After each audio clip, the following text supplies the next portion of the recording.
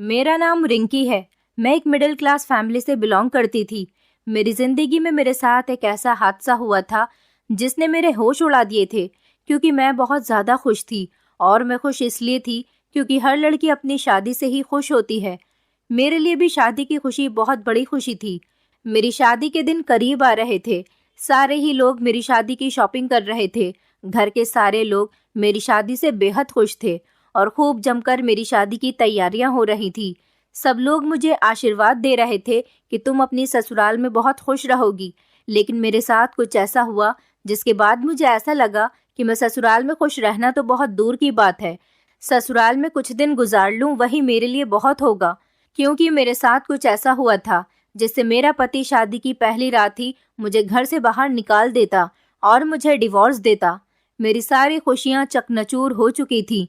हमारे घर में मेरे पापा के दोस्त का बेटा रहता था। उसका नाम प्रशांत था। प्रशांत देखने में बहुत स्मार्ट था। हमेशा मैंने उसे भाई की नज़र से देखा था। हालांकि वो मेरा भाई नहीं था। वो ज्यादातर मुझसे या किसी से भी बात नहीं करता था, सिर्फ अपने काम से काम ही रखता था। घर के सारे ही लोग उसकी बहुत इज्जत किया करते थे, क्योंकि वो बहुत मेहनती था और मेरे घर वालों की इज्जत किया करता था। बड़ों का आदर सम्मान किया करता था और लड़कियों से नज़र झुकाकर बात किया करता था वो। पर मुझे उम्मीद नहीं थी कि वो मेरे साथ कुछ ऐसा कर देगा जिससे मेरी जिंदगी तबाह हो जाएगी, क्योंकि कुछ लोग शक्ल से जैसे होते हैं अंदर से बिल्कुल भी वैसे नहीं होते। आखिर उसने मेरे साथ ऐसा क्यों किया? आखिर उसकी ऐसी क्या मजबूरी थी? ये सब कुछ मैं आपको अपनी इस कहानी में ज़रूर बताऊंगी, ताकि आपको भी पता चले कि मैं किस हादसे से गुजर चुकी हूँ। मेरी हल्दी की रात प्रशांत ने मेरी इज्जत खराब कर दी थी। उसने मेरे साथ ज़बरदस्ती करने की कोशिश की और जब उसने मुझे बेहाल कर दिया तो उसने मेरी कमर पर सिगरेट से कुछ लिख दिया था। उसे मैं देख नहीं सकी थी, पर मुझे बहुत तकलीफ हो रही थी। शादी की पहली रात जब मेरे पति ने मुझे देखा और उन्होंने मेरे साथ अपनी मोहब्बत जाहिर की, तो पति ने मेरी कमर पर वो शब्द लिखे हुए देखे थे जिसे पढ़कर उसके होश उड़ गए थे और वो रोने लगा था। पिछले कुछ दिनों से घर में बहुत ज़्यादा शोर मचा हुआ था, क्योंकि मेरी शादी की तैयारियां चल रही थी। मेरा रिश्ता मेरे पापा ने ही अपनी मर्जी से लगवाया था। जिसके साथ मेरी शादी हो रही थी उसे मेरे पापा ने खुद पसंद किया था। वो सच में बहुत अच्छा था और सब लोगों को ऐसा लगता था कि मैं उसके घर में बहुत खुश रहूंगी। वो मेरे लिए बिल्कुल परफेक्ट है। मैं भी अपनी शादी से खुश थी। घर की सारी लेडीज मार्केट शॉपिंग करने के लिए गई हुई थी। रोजाना ही कुछ न कुछ खरीदारी हो रही थी। पापा और भैया तो काम पर होते थे।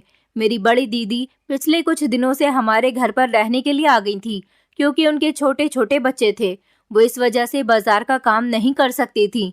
उनके दोनों बच्चों को मैं अपने पास रोक लिया करती थी और मम्मी, भाभी और दीदी ये तीनों ही मिलकर बाजार चली जाती थी। मैं घर के दरवाजे को अंदर से अच्छी तरह से लॉक कर लेती थी, क्योंकि मैं ज्यादातर घर में अकेली ही रहती थी। कभी कभी प्रशांत घर में होता था। वो लोग तो घर से बाहर सारा दिन मेरे लिए शॉपिंग करती रहती थी और शाम के टाइम तक ही वापस आती थी। मैं उन लोगों के लिए खाना बनाकर रख लिया करती थी और अपनी दीदी के बच्चों का भी बहुत ख्याल रखती थी।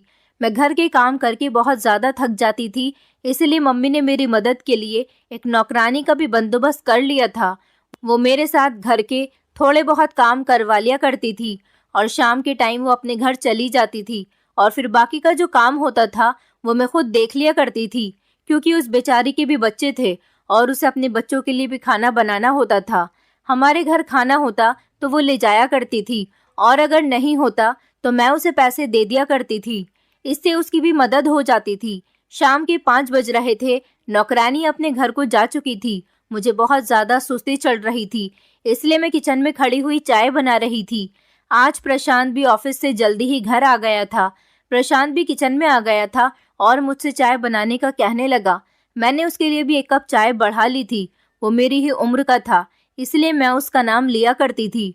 प्रशांत चाय का कहकर किचन से वापस नहीं गया था, बल्कि किचन में खड़े होकर मुझे उलझन भरी नजरों से देख रहा था।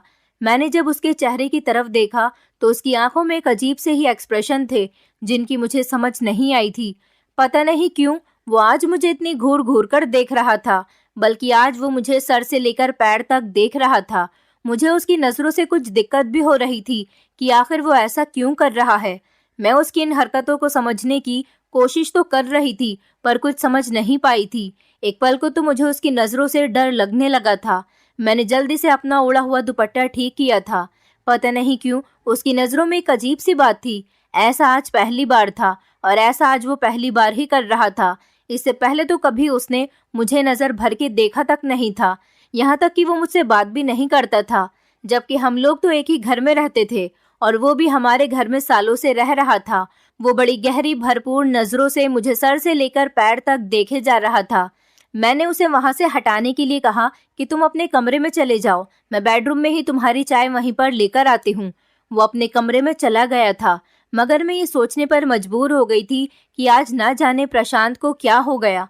चाय बनाने के बाद मैं प्रशांत के कमरे में चाय लेकर चली गई तो वो सामने ही बेड पर लेटा हुआ था और उस टाइम उसने खाली जीन्स पहनी हुई थी, बल्कि ऊपर से तो उसने शर्ट भी नहीं पहना हुआ था। उसे इस हालत में देखकर मैंने अपनी नजरें झुका ली थी और मैं कुछ शर्मिंदा सी हो रही थी। मैं चाय की ट्रे रखकर वापस जाना चाहती थी, मगर अचानक ही प्रशांत ने मेरा हाथ पकड़ लिया और मुझे अपने पास बैठा लिया। मैं उसकी इस हरकत को समझ नहीं पाई थी। उसकी आज की हर बात मुझे अजीब लग रही थी। ऊपर से उसको मुझे देखने का स्टाइल मुझे डर में चेंज कर रहा था। पिछले कई दिनों से मैं नोटिस कर रही थी कि प्रशांत की हालत बहुत अजीब सी हो गई थी। वो हर टाइम गुमसुम सा रहता था और पता नहीं कहाँ पर खोया खोया रहता था। घर में तो वो कभी कभी पापा के साथ बातचीत कर भी लिया करता था, लेकिन अब तो वो उनसे भी कोई बात नहीं करता था।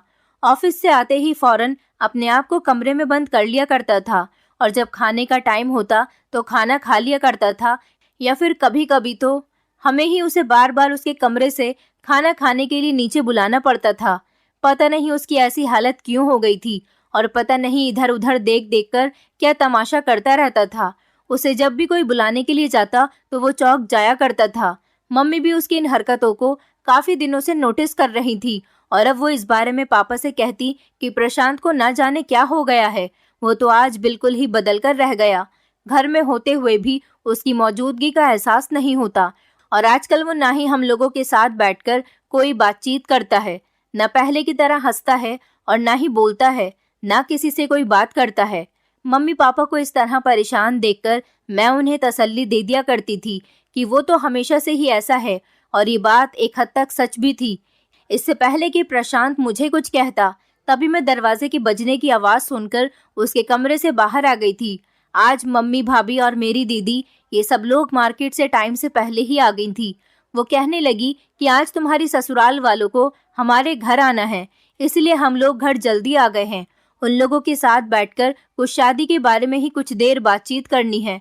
उन लोगों के साथ कुछ देर बैठकर मैं अपने कमरे में आ गई थी और फिर लगातार मैं प्रशांत के बिहेवियर के बारे में सोच रही थी। मेरे दिमाग में उसकी हरकतें बार बार घूम रही थी, मगर मेरी कुछ समझ में नहीं आ रहा था। मेरी उलझन थी कि बढ़ती ही जा रही थी और अब तो मेरी शादी के दिन भी करीब आ गए थे। मेरी शादी को अब सिर्फ 1 महीना ही रह गया था। धीरे धीरे ये 1 महीना भी गुजर गया था। फाइनली मेरी हल्दी का दिन भी आ गया था।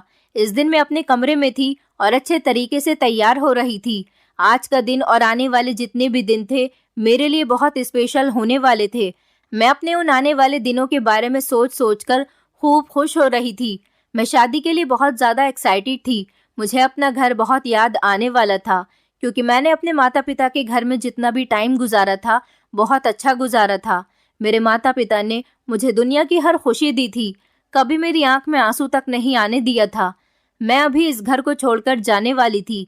अभी मैं अपनी इसी परेशानी में गुम थी और साथ ही साथ ये भी सोच रही थी कि न जाने ससुराल जाने के बाद ससुराल वालों का बिहेवियर मेरे साथ कैसा होने वाला है, क्योंकि शादी से पहले तो सब अच्छे होते हैं और शादी के बाद ही पता चलता है कि कौन कैसा है। मेरा होने वाला पति न जाने मेरे साथ किस तरह से पेश आएगा। तभी मेरी माँ ने कहा कि वो लोग थोड़ी देर में हल्दी की रस्म करने के लिए आ रहे हैं। हम लोगों को तैयार होकर हॉल में जाना था, क्योंकि हल्दी का फंक्शन हॉल में था। मेरे और मेरे होने वाले पति, हम दोनों की ही हल्दी लगने वाली थी। मुझे आज सुबह से ही बुखार आ रहा था और मेरी तबीयत कुछ ठीक नहीं थी, क्योंकि सर्दियों के दिन चल रहे थे और ज्यादा पानी में हाथ होने की वजह से मुझे ठंड लग गई थी। इसीलिए मुझे बुखार हो गया था और जुकाम भी हो रहा था। हम सब लोग एक साथ हॉल में चले गए थे।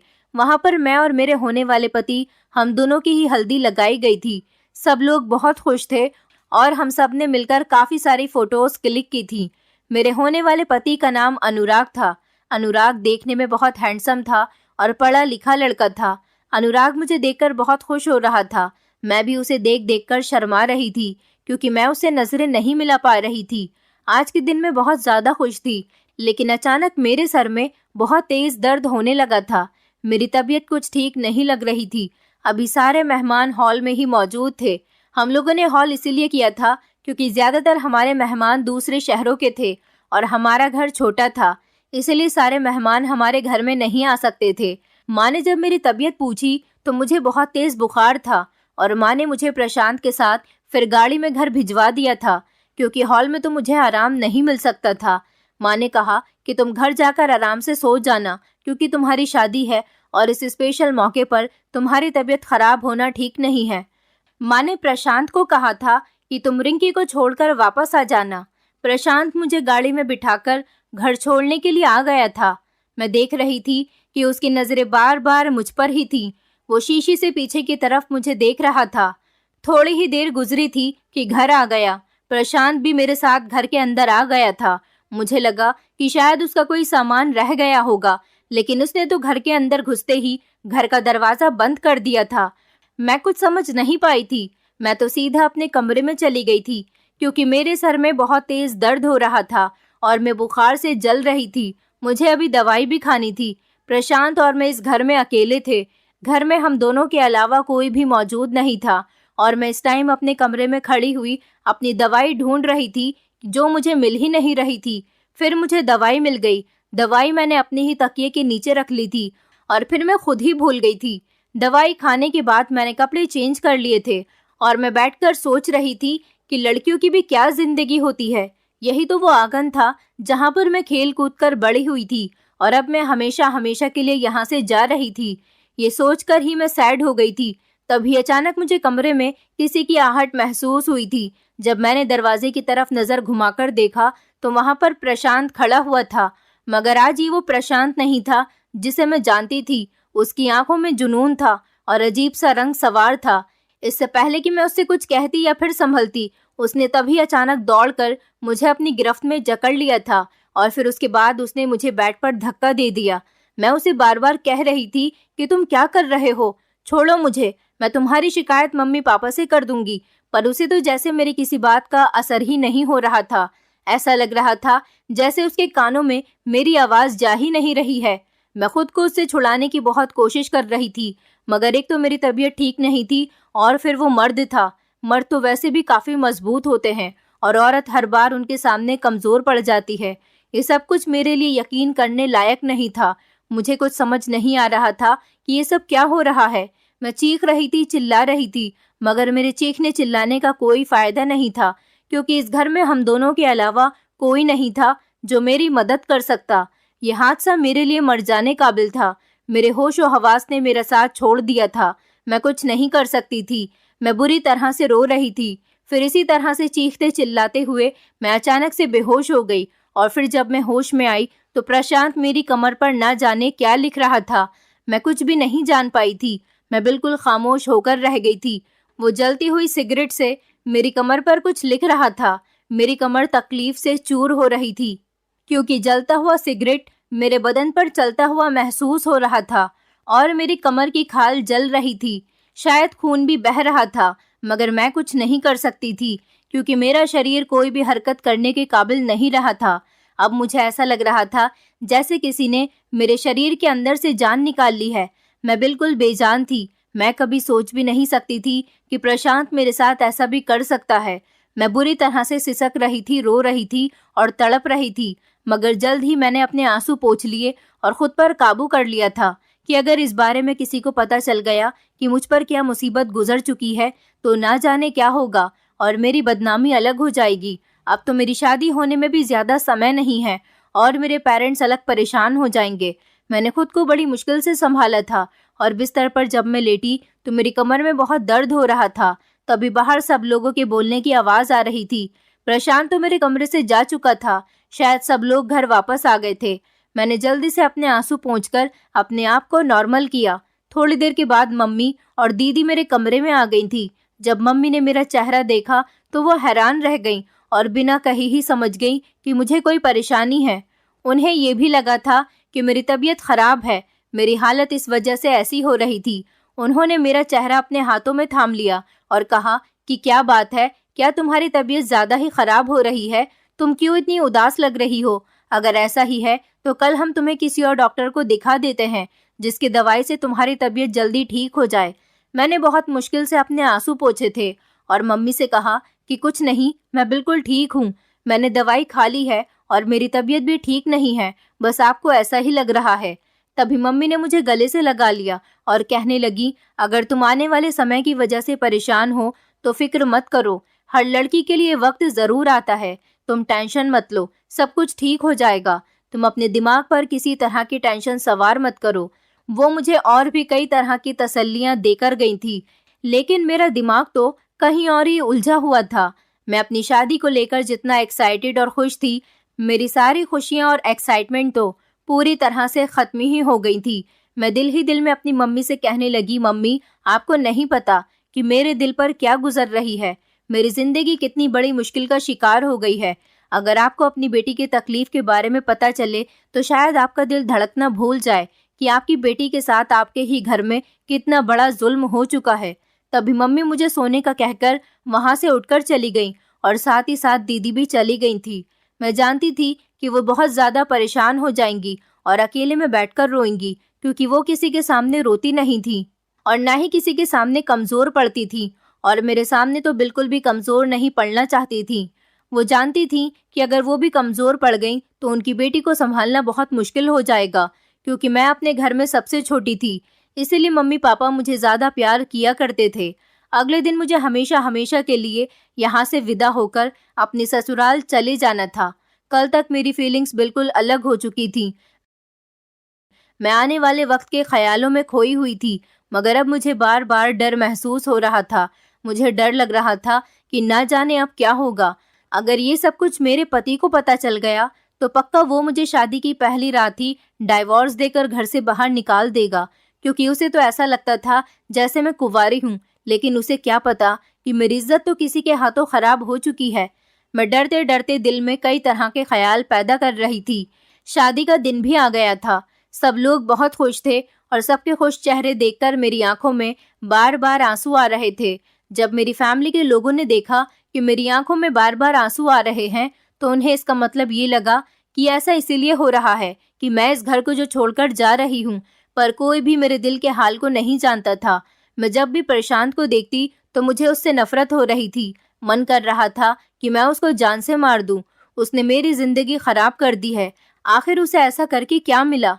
मेरी शादी की सारी रस्में हो चुकी थी, पर मैं एक भी रस्म से खुश नहीं थी। मैं तो बिल्कुल बेजान हो रही थी। ऐसा लग रहा था जैसे मैं कोई रोबोट हूँ और सब लोग मुझे अपने तरीके से चला रहे हैं।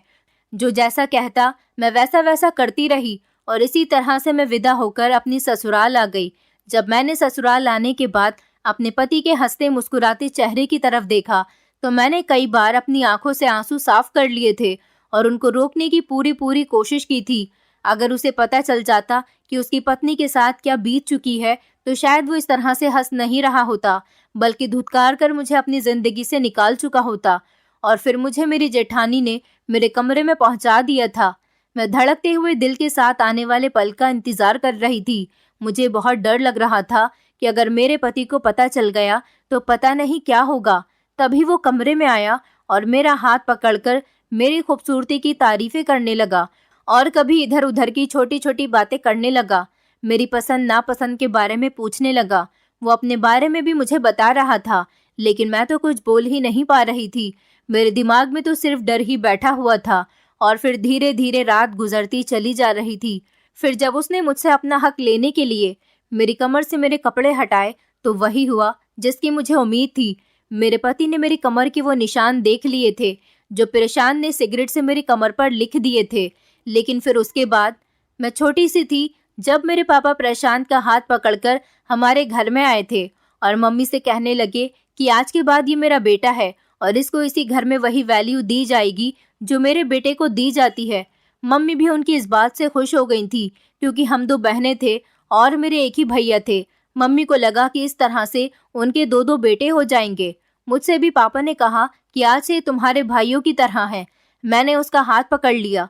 वो उम्र में मेरे ही साथ का था और फिर हम दोनों में दोस्ती हो गई। उस समय प्रशांत और मेरी उम्र 12 साल थी और हम दोनों एक साथ ही खेल कूद कर बड़े हुए थे। वो मुझ पर मेरे बड़े भैया की तरह रौब जमाता था। मुझे कभी इस बात का एहसास नहीं हुआ था कि वो मेरे पिता के दोस्त का बेटा है। मैं उसे हमेशा अपनी फैमिली का मेंबर ही मानती थी। दरअसल प्रशांत के माता पिता एक कार एक्सीडेंट में मर चुके थे। उसके बाद प्रशांत अकेला रह गया था। पहले काफी दिनों तक तो वो अपने दादा के पास रहा था। उसके दादा भी काफी बूढ़े हो चुके थे और वो बीमार रहने लगे थे। वो उसका ख्याल भी नहीं रख पा रहे थे। प्रशांत के पापा और मेरे पापा आपस में बहुत पक्के दोस्त थे, इसलिए मेरे पापा हर हफ्ते प्रशांत के पास जाते थे। तो उसके दादा कहते थे कि बेटा, मैं बूढ़ा हो चुका हूँ और मुझे हमेशा अपने पोते की फिक्र लगी रहती है। मेरे बेटे और बहू तो इस दुनिया से जा चुके हैं। अगर मैं भी इस दुनिया से चला गया तो इस बेचारे का क्या होगा। जब प्रशांत के दादाजी ने रोते हुए भी ये बात मेरे पापा से कही तो पापा के दिल में प्रशांत के लिए रहम जाग उठा था। वैसे भी मेरे पापा को प्रशांत बचपन से ही बहुत ज्यादा पसंद था और जब उसके पेरेंट्स इस दुनिया से गए थे तब वो उसे हमारे घर पर ही लाना चाहते थे, मगर उन्होंने उसके दादाजी की वजह से उसे उसके घर पे ही रहने दिया था। और अब जब उसके दादाजी ने ही मेरे पापा को रो रो कर ये बात कही तो मेरे पापा ने प्रशांत के दादाजी से कहा था कि आपको अपने पोते की फिक्र करने की जरूरत नहीं है, इसे मैं अपना बेटा बनाकर रखूंगा।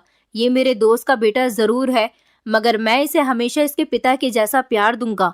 आपको इसकी चिंता करने की जरूरत नहीं है। मैं इसका ख्याल रखूंगा, इसे कोई तकलीफ नहीं होने दूंगा। कभी कभी प्रशांत अपने दादाजी से मिलने के लिए चला जाता था, लेकिन फिर एक दिन उसके दादा भी इस दुनिया को छोड़कर चले गए और प्रशांत पूरी तरह से अकेला हो गया था। प्रशांत को पापा हमारे घर ले आए थे। अपने दादा की मौत पर वो बहुत ज्यादा खामोश रहने लगा था, क्योंकि उसके सारे ही अपने इस दुनिया से जा चुके थे।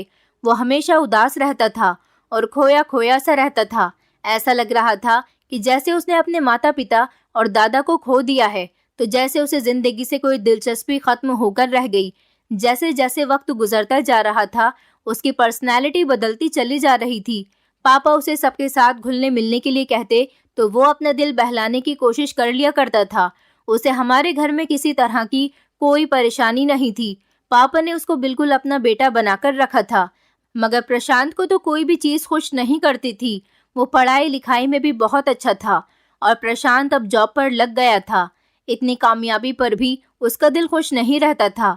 जब प्रशांत अपनी महीने की सैलरी मेरी मम्मी को लाकर देता था तो मम्मी ने उससे इनकार कर दिया था। मम्मी ने कहा था कि तुम इसे खुद पर खर्चा करो, ये तुम्हारी मेहनत की कमाई है। तब पहली बार मैंने प्रशांत को इमोशनल होते हुए देखा था। उसने मेरी माँ से गले लगकर कहा था कि क्या मैं आपका बेटा नहीं हूँ? आप लोगों ने मुझे हमेशा माता पिता जैसा प्यार दिया है, मैं आप लोगों के लिए इतना तो कर ही सकता हूँ। उसकी बात सुनकर मम्मी भी इमोशनल हो गई थी और उन्होंने उसको अपने गले से लगा लिया था। प्रशांत अब अपनी सैलरी मेरी मम्मी को हिलाकर दिया करता था और मम्मी भी प्रशांत की सैलरी को संभाल कर रख दिया करती थी। वो इन पैसों को प्रशांत की शादी के लिए संभाल कर रख रही थी। वो कहती थी कि इन पैसों से प्रशांत की शादी होगी। वैसे तो भगवान का दिया हमारे पास सब कुछ है, लेकिन जिंदगी और मौत का कोई भरोसा नहीं है। अगर हम लोग नहीं रहे तो फिर उस बेचारे को संभालने वाला कौन होगा? बुरे वक्त में शायद उसका जुड़ा हुआ पैसा ही उसके काम आ जाएगा। उन्हीं दिनों प्रशांत बहुत खुश रहने लगा था। उसके चेहरे पर हर वक्त मुस्कुराहट रहने लगी थी। ये देखकर मैं हैरान रह गई थी कि इतना सीरियस रहने वाला इंसान भी इतना ज्यादा खुश रहने लगेगा। मुझे इस बात का आइडिया नहीं था। और फिर कुछ टाइम गुजरा तो दोबारा से प्रशांत का बिहेवियर पहले जैसा हो गया था, वही सीरियस और अकेलापन जैसा। अब तो वो पहले से भी ज्यादा सीरियस हो गया था। वो इतना ज्यादा खामोश रहने लगा था कि उसकी सीरियसनेस से मुझे डर महसूस होने लगा था। उन्हीं दिनों मेरा भी रिश्ता लग गया था, लेकिन जब प्रशांत को ये पता चला कि मेरी शादी इस लड़के के साथ हो रही है तो ये लड़का प्रशांत को पसंद नहीं आया था और उसने मेरे पेरेंट्स से कह दिया था कि रिंकी की शादी यहाँ पर मत करो। उसकी बात सुनकर मम्मी पापा तो हैरान रह गए थे, लेकिन ऐसा क्यों? इस बात का प्रशांत के पास कोई जवाब नहीं था। प्रशांत ने कहा था कि मैंने सुना है कि ये लड़का बहुत कम पैसे कमाता है। इस बात पर पापा ने गहरा सांस लिया और कहा कि बेटा, मैं इसको अच्छी तरह से जानता हूँ। इसकी अच्छी जगह पर नौकरी लगी हुई है, ये कोई इतनी बड़ी बात नहीं है। लड़की का फैमिली बैकग्राउंड बहुत अच्छा है। हमारी रिंकी वहाँ पर बहुत खुश रहेगी। मैंने भी जब अपने होने वाले पति की फोटो देखी तो वो भी मुझे बहुत पसंद आया था, मगर ना जाने क्यों प्रशांत को इस रिश्ते पर बहुत ऐतराज हो रहा था।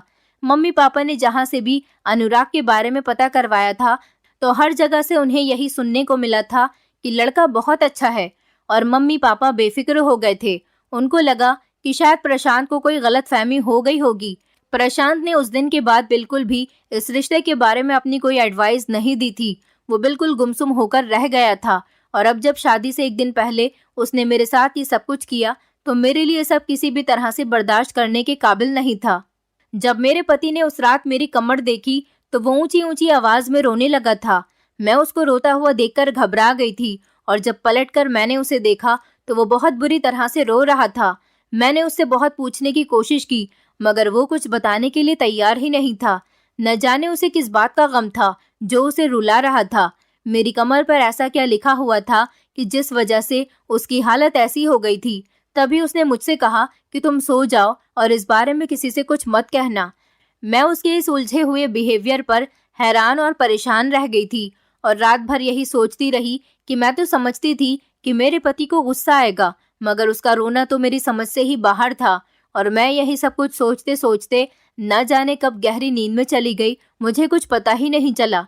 शादी के अगले दिन जब मेरी सास ने मुझे मेरे पति के साथ मेरे मायके भेज दिया तो वहां जाने के बाद मैं प्रशांत का सामना नहीं करना चाहती थी, इसलिए मैं सीधा अपने मम्मी पापा के कमरे में चली गई। मेरा तो प्रशांत का सामना करने का दिल ही नहीं चाह रहा था, क्योंकि मुझे उस वक्त उससे बहुत ज्यादा नफरत महसूस हो रही थी, और ऊपर से मेरे पति का हैरान कर देने वाला बिहेवियर मुझे बहुत परेशान कर रहा था। 2-3 घंटे वहां पर गुजारने के बाद मैं वापस अपने ससुराल अपने पति के साथ आ गई थी, लेकिन अब तो मेरी जिंदगी बदल कर रह गई थी। कुछ दिनों पहले तक तो मैं बहुत खुश थी, मगर अब तो जैसे मेरे लिए सब कुछ खत्म हो गया था। अपने पति के बारे में मैंने सुना था कि वो बहुत मॉडर्न है, मगर अब जब मैंने उन्हें देखा तो वो दिखते तो मॉडर्न थे, मगर बहुत ही संस्कारी भी थे। वो घर के मंदिर में रोज पूजा करते थे और व्रत भी रखते थे। वो रोज रात को उठकर मंदिर में बैठकर भगवान के आगे हाथ जोड़कर रो रो कर भगवान से प्रार्थना करता था, और पता नहीं किस गलती की माफी मांग रहा होता था कि उसके हाथ जुड़े हुए होते और उसकी आंखों से लगातार आंसू निकल रहे होते थे। मैं ये सब देखकर बहुत हैरान और परेशान होती थी। न जाने उसे ऐसी कौन सी प्रॉब्लम थी कि उसका रोना ही कम नहीं होता था। जब भी वो मुझे देखता था तो प्यार से मेरे बालों को सहलाता था, क्योंकि उसकी आंखों में मेरे लिए इतनी ज्यादा इज्जत होती थी, जिसे देखकर मैं नजरें चुराने लगती और सोचने लग जाती कि अगर उसे सच पता चल गया तो ना जाने वो मेरे साथ क्या करेगा। उस दिन मैं सो रही थी जब एक अजीब सी आवाज सुनकर मेरी आंख खुल गई। वो मेरे पति के रोने की आवाज थी। वो ऊंची ऊंची आवाज में रो रहा था, भगवान से अपनी गलतियों की माफी मांग रहा था। मैं ये सब देखकर उठकर बैठ गई थी। न जाने उन्हें ऐसी कौन सी परेशानी थी जिसकी वजह से वो इतना बेचैन रहता था। उन्होंने जब मुझे जागता हुआ देखा तो वो हैरान रह गए थे, और फिर मेरे पास आकर बैठ गए और कहने लगे कि क्या बात है, तुम अभी तक जाग रही हो, और मेरे सामने बिल्कुल नॉर्मल बिहेव कर रहे थे। अब मैं उनके इस रोने पर बहुत तंग आ गई थी, इसलिए मैंने उनसे कहा कि आखिर आप मुझे सब कुछ बताते क्यों नहीं? आखिर आपके साथ ऐसी कौन सी परेशानी है? और आप हमारी सुहागरात को भी मुझे देखकर रोने लगे थे, और आप अभी भी रातों को उठ उठ कर रोते हो। आखिर इस सब की क्या वजह है? उनके चेहरे पर अजीब से रंग फैल गए थे। वो मुझसे कहने लगे कि ये कैसी बात है जिसे सुनकर शायद तुम बर्दाश्त ना कर सको, मगर अब तो मैं इस बात को जानना ही चाहती थी। मैं कहने लगी कि अब तो मैं जानकर ही रहूंगी कि आखिर क्या बात है। तभी वो मुझसे कहने लगे कि मैं प्रशांत को काफी टाइम पहले से जानता हूँ। कुछ टाइम पहले तक वो मेरा बहुत अच्छा दोस्त था। ये बात सुनकर तो मेरे होश उड़ गए थे कि अगर प्रशांत उनका दोस्त था तो फिर प्रशांत ने मेरी शादी अनुराग से होने के लिए मेरे पेरेंट्स से मना क्यों किया था? मेरे पति की अगली बात ने मुझे चौंकाकर रख दिया था। मेरे पति ने कहा कि हम दोनों एक ही ऑफिस में जॉब करते थे। मेरे पापा का बिजनेस था। वो मुझे अपने साथ अपने ऑफिस में आने के लिए कहते थे, मगर मुझे जॉब करने का शौक था और मैं एक्सपीरियंस भी करना चाहता था, इसलिए मैं उस कंपनी में जॉब कर रहा था जहां पर प्रशांत था।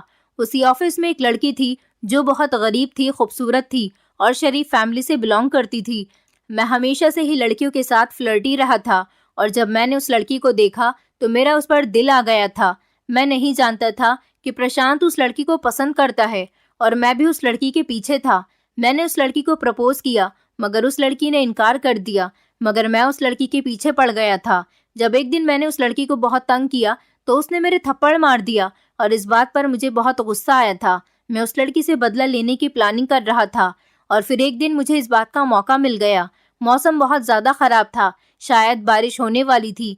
एक एक करके ऑफिस के सारे वर्कर्स चले गए थे और ऑफिस में सिर्फ वो लड़की और मैं ही रह गए थे।